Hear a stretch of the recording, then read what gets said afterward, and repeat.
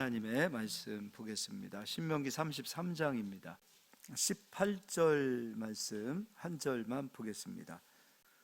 18절입니다. 구약성경 318페이지에 있습니다. 우리 다 같이 합독하여 읽겠습니다. 스불론에 대하여는 일러스되 스불론이여 너는 밖으로 나감을 기뻐하라. 이사가리여 너는 장막에 있음을 즐거워하라. 아멘. 451번째 스불론에 대해서 설명해 드리도록 하겠습니다. 스불론이여 너는 밖으로 나감을 기뻐하라 라는 제목으로 말씀 전하도록 하겠습니다. 18절을 우리 다시 한번 읽어볼까요? 18절입니다.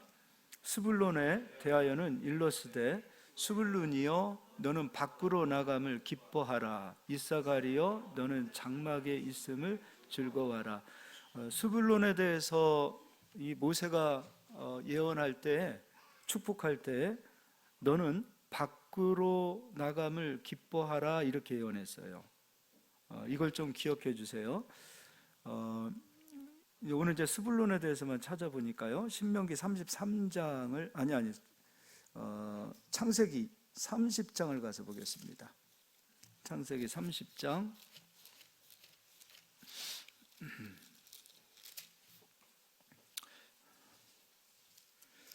자, 우리가 지금 이스라엘의 12지파 얘기하고 있죠. 장자 첫째가 루벤, 둘째가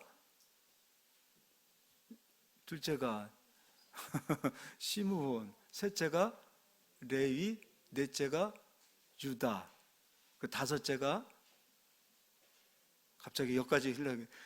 이 첫째, 둘째, 셋째, 넷째, 루벤, 시므온, 레위, 유다, 그리고 요셉의 아들 므낫세, 그리고 에브라임. 그 므낫세하고 에브라임은 11째, 12째가 되어져요.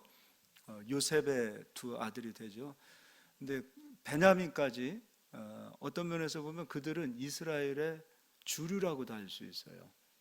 그러니까 오늘 이제 나오는 스불론부터는 비주류입니다. 여러분들도 이 전에 있던 유다 지파라든지 요셉이라든지 베냐민이라든지 이런 사람들은 이야기를 많이 들어보았으나 오늘부터 하는 스불론인에 대해서, 이사갈에 대해서, 단에 대해서, 아살에 대해서, 납달리에 대해서 이런 사람들 얘기는 좀 덜 들어봤을 거예요. 그러니까 오늘 비주류 인생들이지요. 그리고 성경에는 이들에 대한 이야기가 그렇게 많이 나오지가 않아요. 그런 부분에서 우리가 한번 좀 찾아보도록 하겠어요. 다섯째는 단이고요, 여섯째는 납달리고, 일곱째는 갓, 여덟째는 아살이에요. 그리고 아살이 아니라 아셀이에요. 아살하니까 이상하다. 아셀이에요. 그리고 아홉째가 레아를 통해서 나오는데 이사갈, 열째가 스불론이에요. 그러니까 비록 레아의 자녀들이지만 저 밑에 거의 레아의 막내격으로 태어났던 그들은 어떤 의미에서 보면 형들로 인하여 길을 피지 못하고 살았던 그런 자녀들이라고도 볼 수 있습니다. 오늘 이제 레아가 이사갈과 스불론을 낳게 되어지는데 그걸 좀 한번 읽어보도록 할게요. 18절입니다. 레아가 이르되 내가 내 시녀를 내 남편에게 주었으므로 하나님이 내게 그 값을 주셨다 하고 그의 이름을 이사갈이라 하였으며, 아홉째가 이사갈. 그 이사갈이라는 뜻은 하나님이 내게 그 값을 주셨다. 그래서 값이라는 뜻을 가지고 있고요. 그리고 이제 다시 또 마지막으로 10번째, 그러니까 레아에게 있어서는 막내가 스불론이에요. 근데 이 10번째 아이를 하나님이 주셨을 때에 19절도 레아가 다시 임신하여 6째 아들을 야곱에게 낳은지라. 레아에게서는 6번째, 그리고 야곱에게 있어서는 10번째가 되겠죠. 야곱의 부인이 모두 4명입니다. 그래서 20절, 레아가 이르되 하나님이 내게 후한 선물을 주시도다. 내가 남편에게 6 아들을 낳았으니 이제는 그가 나와 함께 살리라 하고 그의 이름을 스불론이라 하였으며. 그리고 마지막에 레아가 하나의 자녀를 또 낳는데 딸을 낳아요. 그 딸의 이름이 디나예요.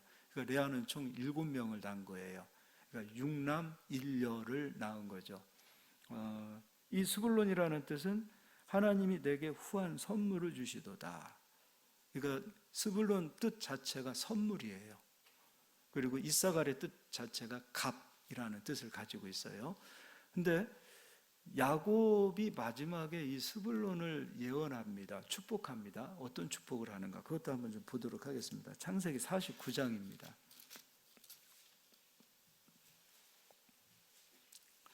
49장 13절, 스불론은 해변에 거주하리니. 그러니까 나중에 가나안 땅에 들어가서 어느 땅을 얻냐면 해변이 있는 땅을 얻을 것이다, 이렇게 예언을 해줘요. 해변에 거주하리니 그곳은 뱀에는 해변이라 그의 경계가 시돈까지로다 라고 이렇게 되어 있어요.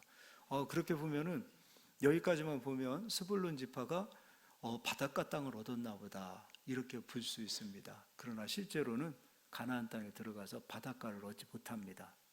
그럼 예언이 이루어지지 않은 것인가?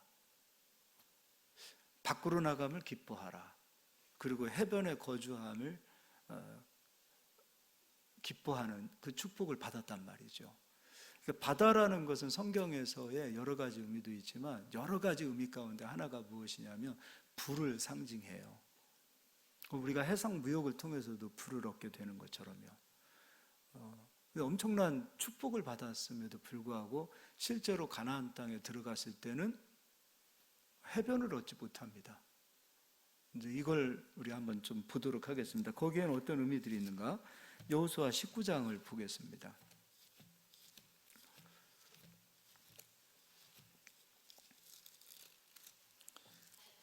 10절 읽어드릴게요. 셋째로 스불론 자손을 위하여 그들의 가족대로 제비를 뽑았으니 그들의 기업의 경내는 사리까지이며 서쪽으로 올라가서 마랄라에 이르러 답베셋을 만나 용루암 앞 시내를 만나고 시릿에서부터 동쪽으로 돌아 해 뜨는 쪽을 향하여 기슬롯 다볼의 경계에 이르고 다브라스로 나가서 야비아로 올라가고 또 거기서부터 동쪽으로 가드 헤벨을 지나 엣 가신에 이르고 네아까지 연결된 림몬으로 나아가서 북쪽으로 돌아 한나돈에 이르고 입다엘 골짜기에 이르러 끝이 되며 또 갓닥과 나할랄과 시므론과 이달라와 베들레헴이니 이 베들레헴은 예루살렘에 있는 베들레헴이 아니에요. 갈릴리 지방에 있는 베들레헴이에요. 모두 12성읍과 그 마을들이라. 스불론 자손이 그들의 자손대로 받은 기업은 그 성읍들과 그 마을들이었더라. 제가 찬양을 하면서 우리가 이게 성경을 이렇게 읽으면 이게 어디 지역이야? 그런 생각이 좀 들잖아요. 그래서 여기 지역 하나마다 이미지를 다 가지고 와서 보여드릴 걸 하는 생각을 좀 했는데 죄송합니다. 다음에는 그렇게 해드리도록 할게요. 그런데 중요한 것은 우리가 읽었던 지금 이 지역에는 바닷가가 없어요. 그러니까 지도를 한번 좀 보여주시기 바랍니다. 저 지도를 보시면 예루살렘을 중심으로 이제 계속해서 위로 올라가는 쪽이 이 북쪽입니다. 저 갈릴리 지역에 있는 그 땅을 보세요. 해변은 누가 차지하냐면 아셀 지파가 차지하고요. 또 지난주에 했던 므낫세 지파, 서쪽에 있는 므낫세 지파가 차지하게 되고요. 그리고 유다 지파와 베냐민 지파, 단 지파가 저 지중해에 있는 해변을 얻어요. 근데 보세요. 스불론은 저 땅으로 들어가지를 못해요. 갈릴리 지방, 갈릴리 그 호수죠. 갈릴리 호수도요. 스불론 지파가 다 얻는 게 아니에요. 일부.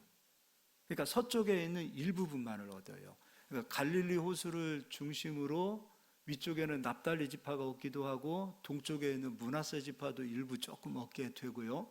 그리고 므낫세 지파 아래에 있는 갓 지파가 갈릴리 호수 조금 얻어내요. 그러니까 이사갈 지파, 스불론 지파, 납달리 지파, 그리고 므낫세 지파, 갓 지파를 중심으로 갈릴리 호수를 조금씩 얻어요. 갈릴리 호수 전체를 얻는 게 아니라 서쪽의 일부분만을 얻게 되어지는 거예요. 그런데 오늘 야곱과 모세는 해변을 얻는다고 했고 너는 밖으로 나가게 됨을 기뻐하라 그랬어요. 그럼 예언이 이루어지지 않은 거잖아요. 그럼 야곱은 도대체 왜 이런 예언을 했을까? 근데 야곱은 지금 이 스불론 지파가 저 지중해를 얻는 것을 보았다면 해변에 거주하는 것으로 기뻐하라. 너는 해변에 거주하고 그 해변에서 배를 맬 것이다. 이렇게 예언을 해야 맞단 말이죠. 그런데 실질적으로는 저 해변을 얻어내지 못해요. 내륙이에요, 내륙. 이사갈 지파하고 그 스불론 지파는 해변을 얻지 못하고 이 천안과 같은 바다가 없는 내륙 도시란 말이죠. 우리 충청북도 같은 경우도 바다가 없잖아요. 그러한 지역을 얻어낸 거예요. 그럼 예언이 틀린 것인가? 근데 그렇지가 않아요. 야곱은 저 가나안 땅에서의 스불론 지파를 본 것이 아니라 더 멀리 있는 것을 본 거예요. 그럼 야곱은 도대체 무엇을 보았기에 저런 예언을 할 수 있었는지, 모세도 도대체 무엇을 보았기에 저런 스불론 지파에게 예언을 할 수 있었던지 그거를 좀 보도록 할게요. 또 다음 사진도 한번 보여주세요. 이스라엘 지파를 중심으로 주변에 대적들이 너무 많아요. 저 아래쪽에는 애굽이 있어요. 그리고 요단강 동편이죠. 암몬, 모압, 에돔이 있어요. 그리고 이스라엘 지파 경내에 블레셋 지파도 살고 있고 또 아래쪽에는 아말렉 지파도 살고 있어요. 그리고 저 북쪽으로 올라가면은 시리아, 그때 당시에는 아람이 되겠죠. 그리고 시돈과 두루가 있어요. 지금은 레바논 땅이 되어지겠죠. 그리고 우측으로 유프라테스, 동쪽으로 유프라테스 강, 그 강줄기로 가면은 지금의 이란, 이라크라고 할 수 있고 아수르, 바벨론, 페르시아가 그쪽에 있죠. 그런데 애굽이 저 북쪽에 있는 나라를 점령하기 위해서 꼭 통과해서 갔던 땅이 어디냐면 저 스불론 지파 땅을 통해서 갑니다. 또 북쪽에 있는 아수르가 남쪽을 정복해 내려올 때도요, 어디를 통과해서 내려오냐면 저 스불론 집, 이 발음 잘해야 되겠네요. 예, 스불론 지파를 통해서 땅이 내려오는 거예요. 이 스불론 지파는 시자가 들어가면 안 되겠네요. 예, 그렇게 해서 이 땅을 밟고 내려오는 거예요. 오히려요, 밖으로 나감을 기뻐하는 것이 아니라 막강한 군사력을 가진 나라들이 저 땅을 통과하는 그러한 밟히는 땅의 역사를 스불론 지파가 살아요. 어떤 면에서 보면 지치고 고나고 학대를 당하고 억압당하고 빼앗겼던 그 아픔의 땅이 바로 스불론 지파예요. 우리가 무깃도라는 땅도 있죠. 나중에 요시야 왕도 거기에서 죽게 되어집니다. 그러니까 항상 거기에는 전투가 있어요. 그러니까 대적들, 그냥 이스라엘 사람들만이 아니라 적국들이 와서 그냥 만나서 만남의 광장, 싸움의 광장이 어디냐면 저 스불론 지파의 땅이에요. 저 땅은 눈물이 있고 아픔이 있는 땅이에요. 그리고 아수르에 멸망당했을 때도 스불론 지파의 사람들은 다 뽑혀지고 학대를 당하고 그리고 이름이 지워져 가는 것 같지만 하나님께서 저 스불론 지파를 기억해 주시고 그리고 스불론 지파의 눈물을 결국은 닦아 주십니다. 이제 이사야 9장을 가서 보겠습니다. 이사야 9장입니다.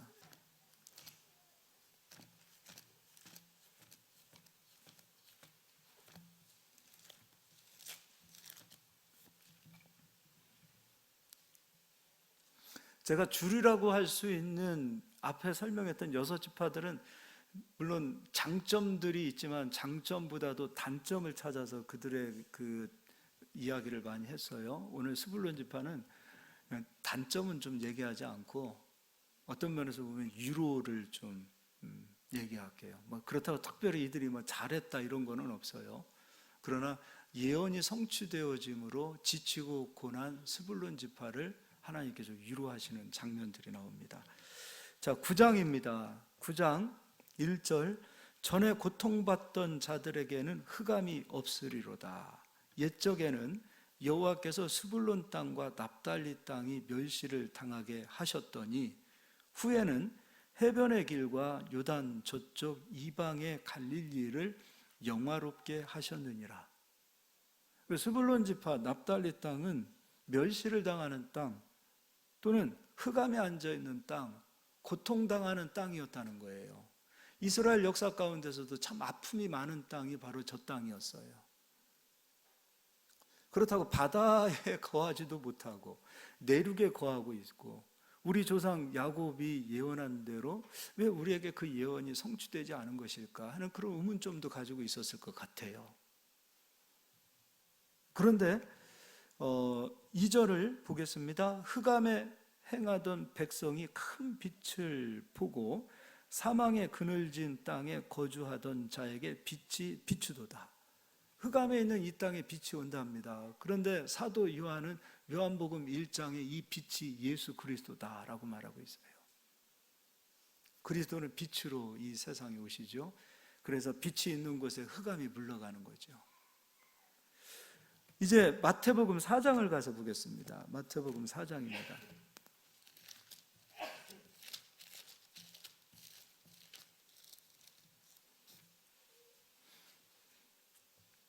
4장 12절, 예수께서 요한이 잡혔음을 들으시고 갈릴리로 물러가셨다가 나사렛을 떠나 스불론과 납달리 지경 해변에 있는 가버나움에 가서 사시니, 예수님께서 스불론으로 들어가셨어요. 그리고 납달리 지경 해변에 있는 가버나움에 가셨어요. 갈릴리 바다를 얘기하죠. 그리고 14절, 이는 선지자 이사야를 통하여 하신 말씀을 이루려 하심이라. 일러스되 스불론 땅과 납달리 땅과 요단강 저편 해변길과 이방의 갈릴리여. 얼마나 핍박을 받고 얼마나 고통을 당했으면 이방의 땅이 되어버렸어요. 늘 이방 사람들에게 밟히는 땅. 실제 예수님 당시에도 마찬가지입니다. 저 땅은 로마에게 짓밟혔고, 그리고 로마가 짓밟기 전에 알렉산더라고 말할 수 있는 그리스가 저 나라를 짓밟았어요. 언제나 짓밟히는 그런 땅이었어요. 이 북쪽 지역의 땅은. 15절 다시 한번 읽어드릴게요. 스불론 땅과 납달리 땅과 요단강 저편 해변길과 이방의 갈릴리여, 흑암에 앉은 백성이 큰 빛을 보았고 사망의 땅과 그늘에 앉은 자들에게 빛이 비추었도다 하였느니라. 근데 이것으로는 아직 예언이 성취된 거 아니에요. 나가야 되지요. 그리고 해변에 거주해야 되겠지요. 해변의 부가 이들에게 찾아와야 되죠. 아직은 예언이 성취된 게 아니에요. 그냥 아직은 지금 이 상태, 마태복음 4장의 상태는 스불론 지파를 위로한 거예요. 그럼 예언은 언제 성취되어지는가? 이제 이사야서를 가서 또 보겠습니다. 이사야서 11장입니다.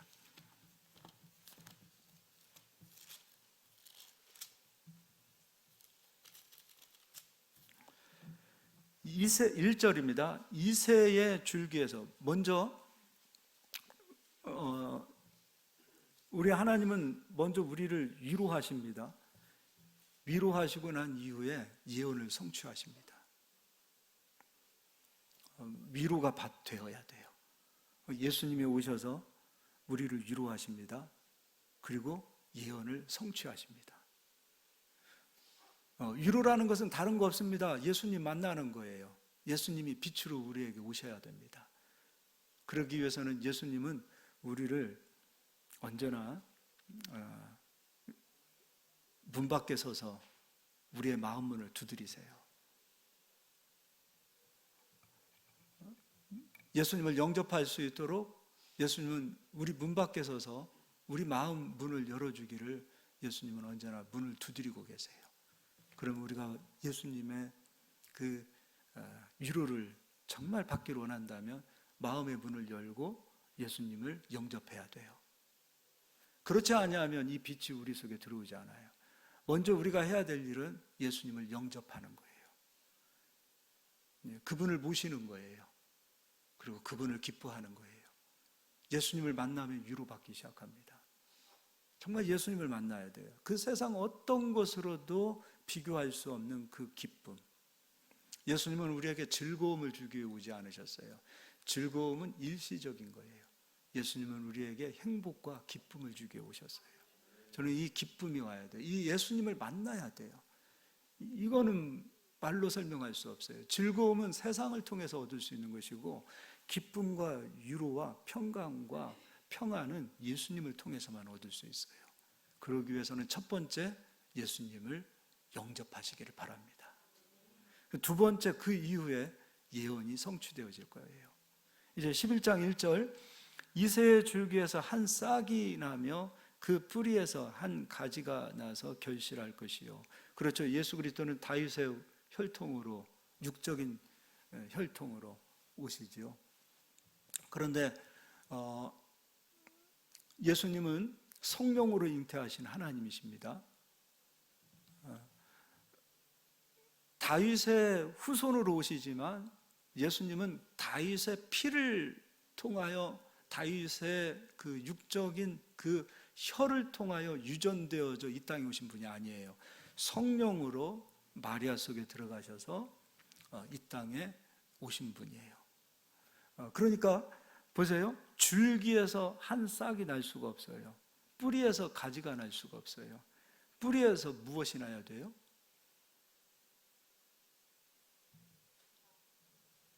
줄기에서 한 싹이, 뿌리에서 한 가지가. 이게 말이 지금 안 되는 거예요. 가지에서 싹이 나야지요. 뿌리에서는 줄기와 가지가 나야지요. 그러니까 그리스도는 성령으로 잉태하셔서 우리에게 오셨다, 이걸 표현하고 있어요. 그런데 이 그리스도 위에 2절, 그의 위에 여호와의 영 곧 지혜와 총명의 영이요 모략과 재능의 영이요 지식과 여호와를 경외하는 영이 강림하시리니. 그러니까 예수 그리스도가 이 땅에 오실 때를 이야기하고 있어요. 그리스도가 이 땅에 오실 때. 그런데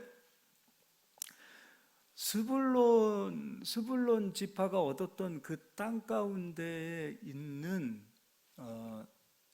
동네 가운데 하나가 나사렛이 있습니다. 근데 나사렛은 구약 성경에 존재하지가 않아요. 신약 성경에 나사렛이 등장합니다. 그리고 예수님 당시에도 나사렛은 30가구에서 40가구 정도만 사는 작은 마을이에요. 나사렛은. 근데 이 나사렛 지역이 어디입니까? 라고 물으면 스불론 지파가 얻은 땅이에요. 거기에 나사렛이 있어요.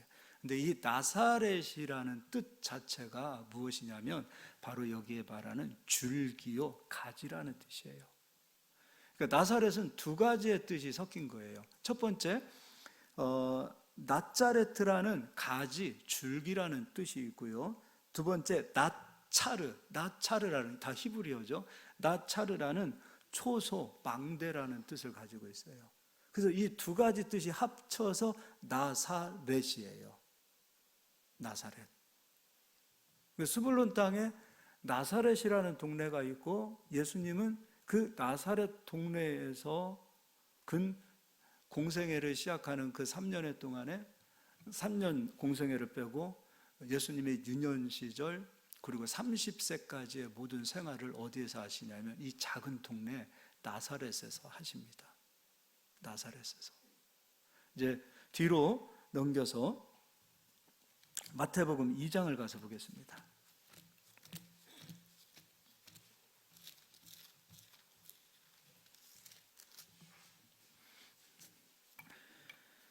이 장 예수님이 태어나셨죠.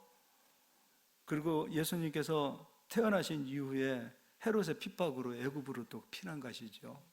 그리고 이후에 다시 돌아오셔서 갈릴리 지방으로 들어가시고 그 갈릴리 지방의 나사렛이라는 동네로 들어가세요. 왜 나사렛이라는 동네로 예수님이 들어가시는가?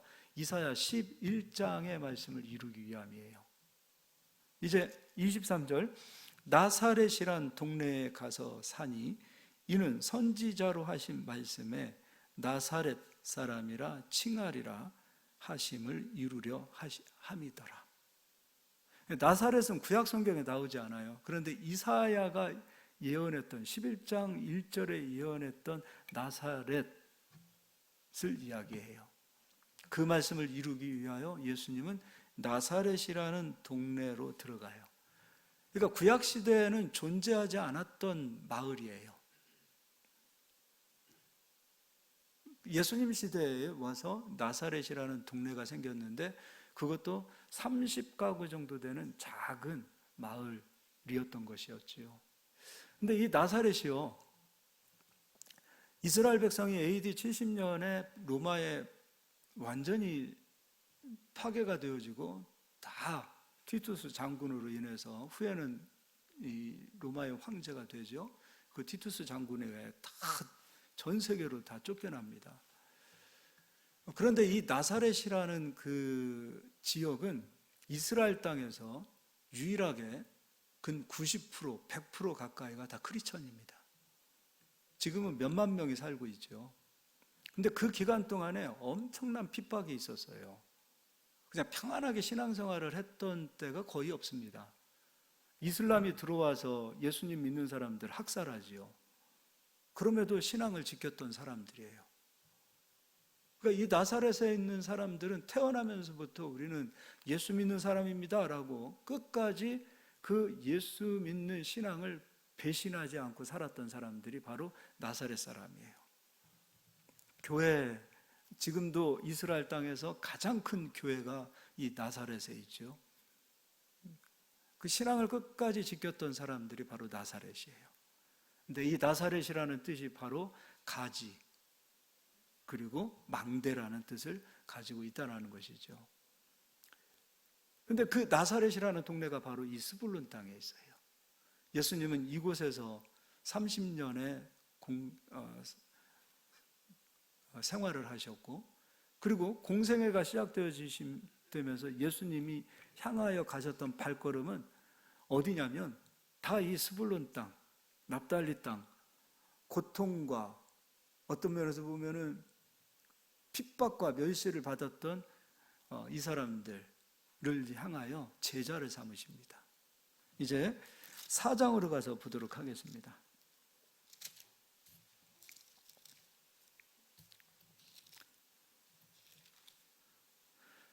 다시 4장입니다. 16절, 흑암에 앉은 백성이 큰 빛을 보았고 사망의 땅과 그늘에 앉은 자들에게 빛이 비추었도다 하였느니라. 이제 18절, 갈릴리 해변에 다니시다가 두 형제 곧 베드로라 하는 시몬과 그의 형제 안드레가 바다에 금을 던지는 것을 보시니 그들은 어부라. 말씀하시되 나를 따라오라. 내가 너희를 사람을 낚는 어부가 되게 하리라 하시니. 자, 이제 감을 한번 잡아보자고요. 가장 큰 축복은 예수님을 만나는 것이고 예수님을 전하는 것이 가장 큰 축복이에요. 만난 것도 축복이지만 예수님을 전하는 게 가장 큰 축복이에요. 오늘 모세는 너는 나가는 것을 기뻐하라. 밖으로 나가는 것을 기뻐하라 그랬어요. 그리고 야곱은 너는 해변에 거주하리라 말씀하셨어요. 근데 이 두 가지가 언제 다 예언이 성취되어지냐면 예수님께서는 제자들을 부르실 때 바로 이 갈릴리 지방에 있는 사람들을 부르십니다. 그리고 그들에게 사람을 닦는 업으로 부르십니다. 그러니까 이것으로 예언이 이루어져요. 복음을 전하는 것이 얼마나 큰 축복인지 모르죠. 우리가 이 민족이, 우리 대한민국 교회가 예수님을 만나서 예수님을 믿고 예배하는 것도 엄청난 큰 축복이지만 우리가 만난 예수님을 땅끝까지 복음을 증거하는 것, 이것이 엄청 큰 축복인지 모릅니다. 우리가 나가서 내가 만난 예수님을 사마리아 여인처럼 증거하고, 와서 보라, 내가 만난 예수님을 너희도 와서 보라라고 복음을 전하는 그 발이 이 세상에서 가장 아름답지 않습니까? 밖으로 나감을 기뻐하라. 너는 해변에 거주하리라. 즉, 이 세상의 부요가 너에게 오리라. 너는 그리고 세상을 뻗어서 가리라. 육적인 것으로만 보지 말자고요. 가장 큰 축복을 얻은 사람들 아니냐 이거예요. 진정한 축복은 그리스도가 오셔서, 흑암에 있던 이곳에 그리스도가 오셔서 빛이 비추었고, 그 상태가 바로 해변에 거주한 상태가 되어지고, 그리고 이제 예수를 증거하고 복음을 증거하는 자들로 온 세계를 향하여 뻗어나가는, 그것이 얼마나 큰 축복이냐 이거예요. 소망이 없고 유로가 없고 좌절하고 실패했던 인생들이 예수를 만나서 소망을 증거하고 위로를 전하고 빛을 증거하고 빛의 자녀처럼 사는 것, 이것이 진짜 가장 큰 영광이요 가장 큰 축복이라는 겁니다. 예루살렘에 종교인이라고도 말할 수 있는 바리새인도 있고 사두개인도 있고 헤롯 당이라고 할 수 있는 힘을 가지고 있는 사람들도 있고요, 대제사장 반열에 있는 사람들도 있어요. 한 사람도 제자로 삼지 않았어요. 주류라고 할 수 있는 유다 지파, 주류라고 할 수 있는 그 예루살렘, 그곳에 가서 제자를 삼지 않아요. 레위 지파를 통해서도 제자를 삼지 않으셔요. 갈릴리 촌놈들을 데려다가 제자를 삼으셔요. 제자를 선택하고 자기의 종을 삼는 것은 예수님의 권한이세요. 예수님이 부르시는 거예요. 그리고 이들은 복음을 가지고 세상을 향하여 나가기 시작하는 거예요. 그래서 모세가 했던 예언, 야곱이 했던 예언이 예수 그리스도를 통해서 다 성취되어집니다. 요즘 여러분, 이 세상에서 가장 큰 축복이 뭡니까? 예수님 만난 거 아닙니까? 그 두 번째로 큰 축복이 무엇입니까? 예수님 전하는 거 아닙니까? 우리 한번 좌우를 보십시오. 나를 통해서 전도되어진 사람들이 있는가 한번 보십시오. 우리 이렇게 얘기해요. 나는 예수님을 전하고 있습니다. 밖에 나가서 예수님을 전합니다 라고 말하는데, 그들이 내가 섬기는 교회에 오고 싶어 한다는 것을 아세요?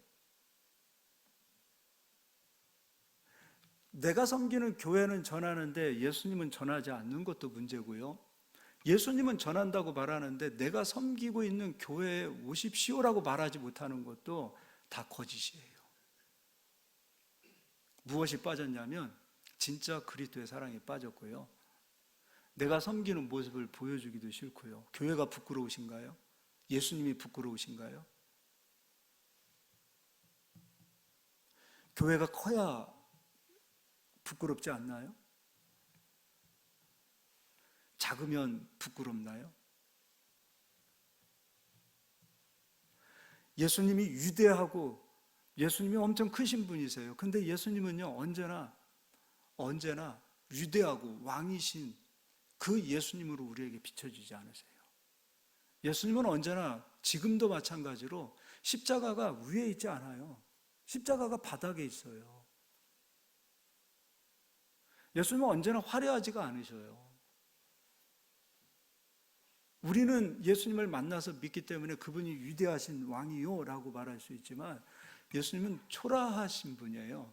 이스라엘 땅에서도 가장 초라한 나사렛에서 예수님은 공생애를 시작해 나갔어요. 열매를 생각해 보자고요. 열매를. 1년 동안에 내가 나가서 예수님을 한 번이라도 전해 보았는가? 전할 때 오는 그 기쁨이 발로 다 할 수 없거든요. 근데 이 기쁨을 우리는 누리지 못하고 이 기쁨을 찾아오지 못하는 이 안타까움이 있지 않나 싶어요. 물론 나 한 사람이 예배자가 되어 예수님을 잘 섬기고 예배하는 것도 훌륭합니다. 그러나 우리는 이 복음을 가지고 나가야 돼요. 전해야 돼요. 밖으로 나감을 기뻐하라. 바로 여기에서 예언이 성취되어지는 거예요. 예언이. 그들은 일평생 갇혀 있었던 사람들이에요. 바다가 없었던 사람이에요. 늘 빼앗기고 학대당하고 위로가 필요했던 사람들이에요. 근데 그런 자들을 불러서 예수님을 만나게 하셨고, 그런 자들을 불러서 사명을 주셨고, 그런 자들을 불러서 복음이 땅끝까지 전해지게 하셨어요. 우리는 이 복음을 받아서 복음을 증거하는 그런 삶을 좀 한번 살아봤으면 좋겠습니다.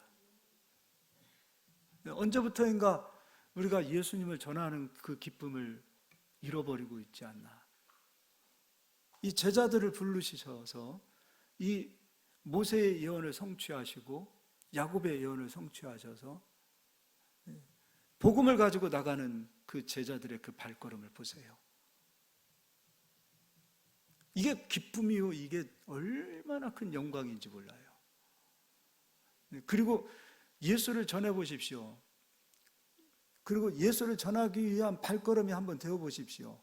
그러면 하나님은 우리가 하나님의 일을 할 때, 우리가 하나님의 일에 헌신할 때 하나님은 우리 일에 책임지시는 거예요.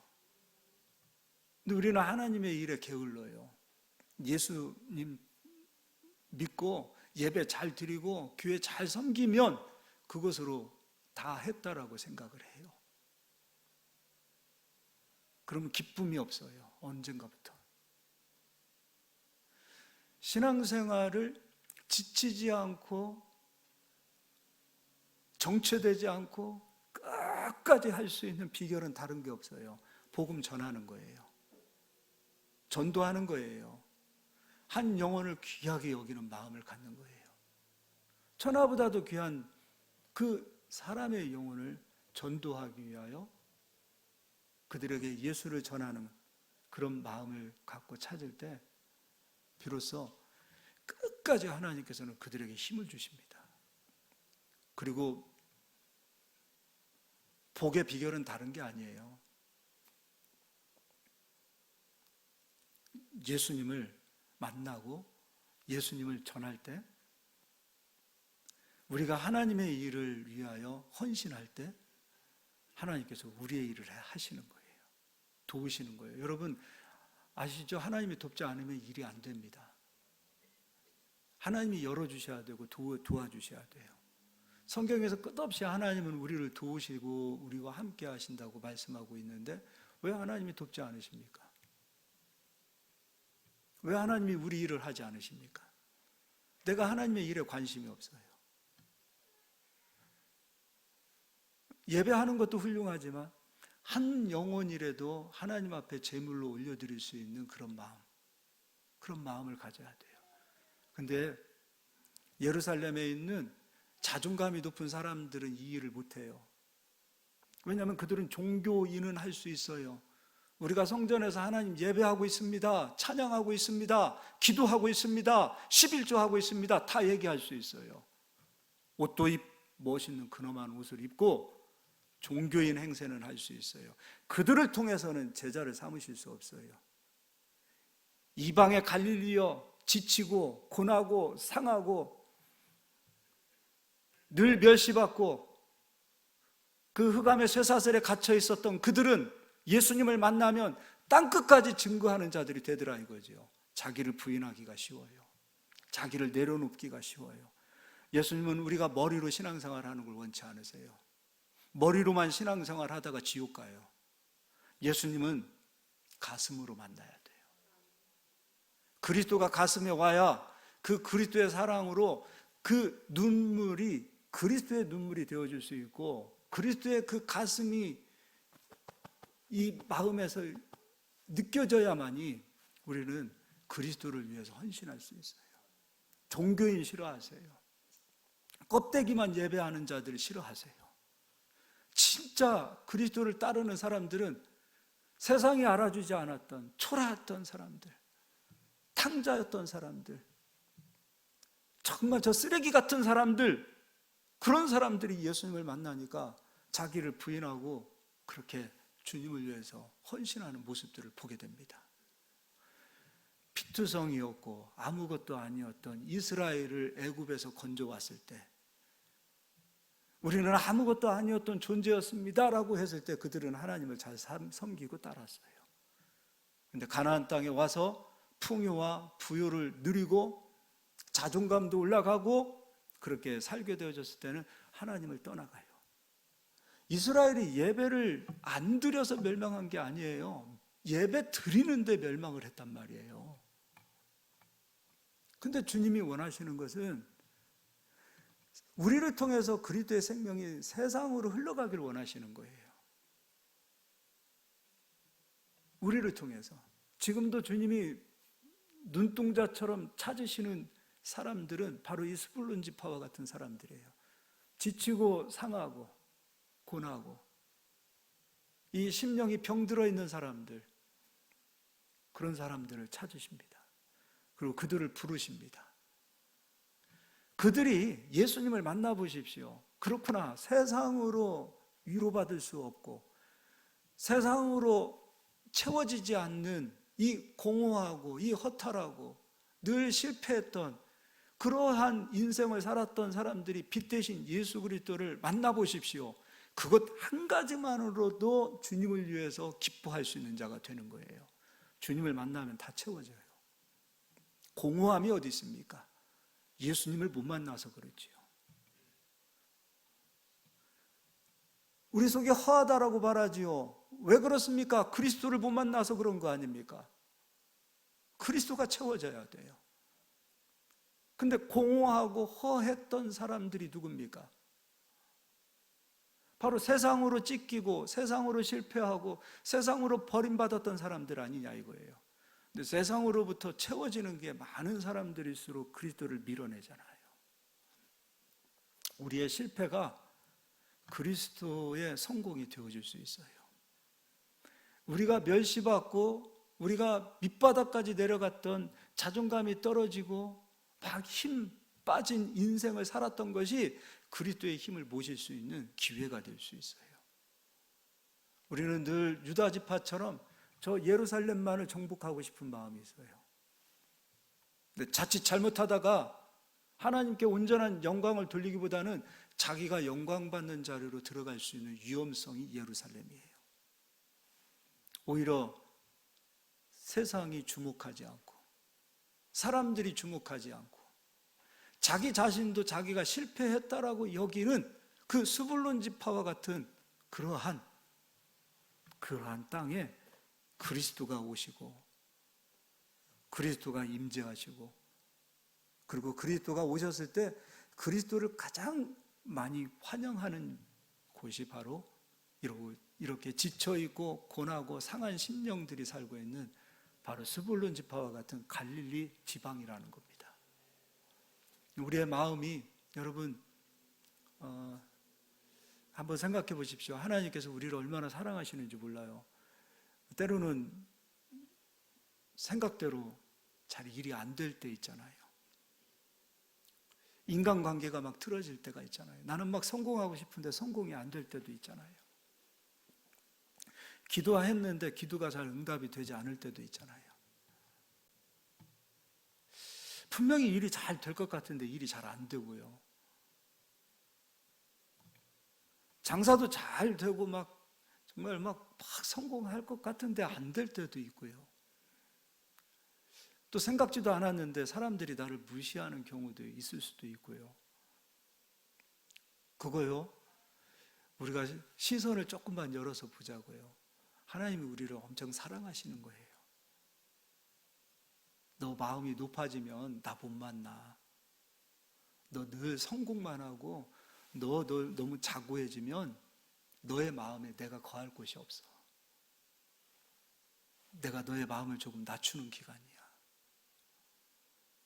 네가 나를 너무 필요로 하는 내가 너에게 주는 선물이야. 성공만을 위해서 그렇게 달려왔던 우리들을 향하여 잠깐 브레이크 좀 밟고 가자. 네가 나를 필요로 할 때는 언제이니? 너 잘 나갈 때는 나를 필요로 하지 않아. 생각외로 네가 안 될 때, 좌절할 때, 밟힐 때, 막 쇠사슬에 묶여 있는 것처럼 일이 잘 안 풀릴 때, 그때 주님을 너무나 필요로 해요. 생각해 보세요. 주님을 필요로 하는 그 마음을 갖는 게 얼마나 큰 축복입니까? 그렇지 않아요? 이거만큼 큰 축복이 어디 있습니까? 심령이 가난한 마음을 갖는 게 얼마나 큰 축복입니까? 없어 봐야 주님을 불러보는 거예요. 일이 안 돼야 주님을 막 사모하는 거예요. 예루살렘을 향하여 거기 잘난 사람들 막 엘리트를 데려다가 제자를 삼지 않잖아요. 무식하다라고 말할 수 있는 어부들 데려다가 제자 삼으시고, 내가 너희를 사람을 낚는 어부가 되게 하리라. 해변에 거주하는 축복이 여기에서 이루어지고, 복음을 가지고 땅끝까지 나가는 그 제자들의 발걸음을 보십시오. 모세의 예언이 이루어졌어요. 너 밖으로 나가는 것을 기뻐하라. 우리는 무엇으로 기뻐해야 되는가? 복음을 가지고 나가야 됩니다. 일주일의 삶을 나의 먹고 사는 것으로만 기뻐하지 마십시오. 일주일의 삶 가운데 내가 예수님을 전할 수 있는 기회가 나에게 왔으면 좋겠다. 전도할 수 있는 그런 기회가 되었으면 좋겠다. 그런 어떤 기쁨을 가지고 좀 나갈 수 있는 저희들이 되었으면 좋겠습니다. 그런 은혜가 넘치기를 소망합니다. 나를 통해서 생명이 만들어지는 역사가 나타날 수 있도록 기도하십시오.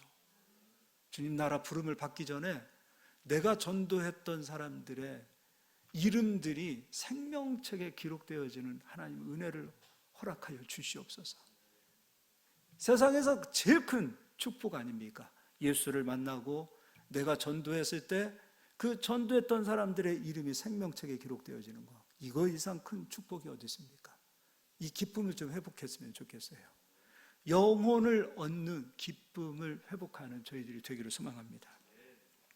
18절 다시 읽어드리겠습니다. 갈릴리 해변에 다니시다가 두 형제 곧 베드로라 하는 시몬과 그의 형제 안드레가 바다에 금을 던지는 것을 보시니 그들은 어부라. 말씀하시되 나를 따라오라.